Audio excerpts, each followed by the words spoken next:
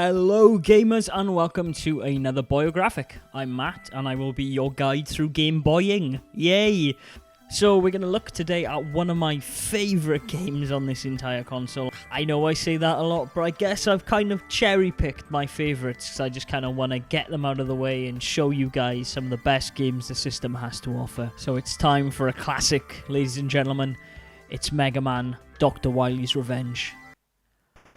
The year was 200X, or 1991 to you and me, when Capcom decided the world was ready for a portable Megaman, taking a title that was almost as synonymous with the Nintendo Entertainment System as Mario himself, and releasing it for gamers on the go. But while the game does borrow heavily, asset-wise at least, from Mega Man 1 and 2, Mega Man Dr. Wily's Revenge is a different beast entirely. While the level aesthetics, enemy sprites, as well as several of the Robot Masters were carried over from the past NES games, according to Keiji Inafune, Dr. Wily's Revenge was the first Blue Bomber title that had been outsourced to a developer separate from Capcom.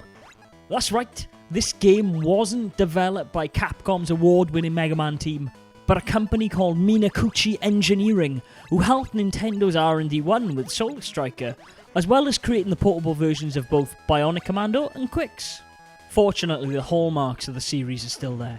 Tight platforming, the ability to tackle any level at a player's own choosing, as well as the various special weapons for defeating these Robot Masters.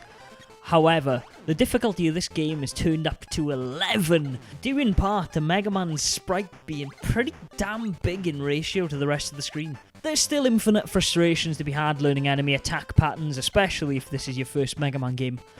When and where to jump, and not to mention a few cheap tricks thrown in to make you feel the pain. Like the console Mega Man titles, the aim of the game here is patience, persistence, and in some serious skill. The kind only gained by playing a game like this to mastery.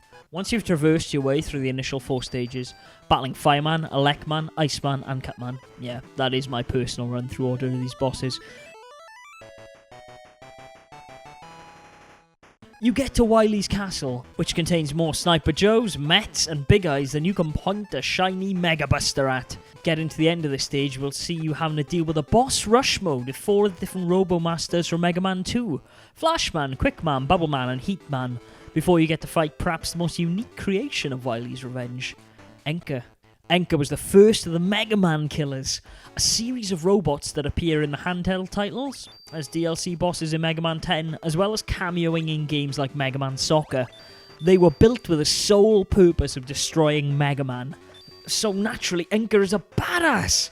With his special weapon, the Mirror Buster, he takes all Mega Man can throw at him, and then sends that damage flying back at the player, either as a small buster shot or as a large, hard-to-avoid wave. It's worth noting that this is the only game in the Mega Man series that, if you die either on Enka or the 4 Robot Masters preceding him, you will lose all special weapons gained on this level, which is a pain in the ass if I'm being honest with you, as it requires some serious skill to traverse this level, then get to the end and kill 5 Robot Masters. Fortunately, if you do succeed, you move on to Wily Station, where there's another level ripe for the busting.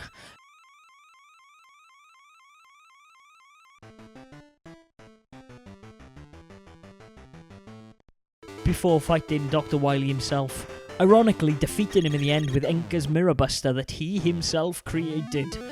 It's safe to say that busting makes me feel good. I won't even talk about the score in this game, as for the most part the themes are lifted from previous Mega Man titles, and making the transition rather well, I might add.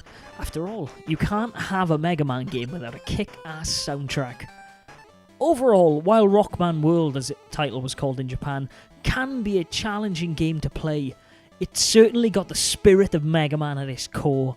Pixel-perfect platforming, tons of action, and a level of satisfaction when completing a stage that's second to none. While the game could implement its password feature a little better, as there are only 5 in the whole game and they're for the easier stages, it just means that once you've beaten Enka, you're in it for the long haul. Hey, at least the game offers you infinite continues. 'Cause God, you're gonna need them. So pick up this little gem if you can. It's pretty common car, though like the NES Mega Man titles, it's a bit of a premium price tag attached to it. If you want to skip the hassle of tracking it down and the cost, it's also available on the Nintendo 3DS eShop, where I highly recommend grabbing it at a pretty reasonable price. Well, that's an end of another Boyographic, ladies and gentlemen. I hope you've enjoyed it. If you have, please subscribe if you haven't already. Check out more of the Boyographic episodes. Some Boy Curious as well. Despite the dodgy title, it's a series about some of the bootlegs and crazy peripherals for the Game Boy, which I update whenever I get my hands on one. I'm also having to postpone a little bit this Let's Play Together Pokemon, as I'm currently in Hamburg, and due to some technical difficulties I couldn't really record it before I left. So you have 2 more days to get your choices in of which version, which Pokemon, and what I should name it, and then I'm going to start this bad boy. Until then, guys, have a good weekend and game on.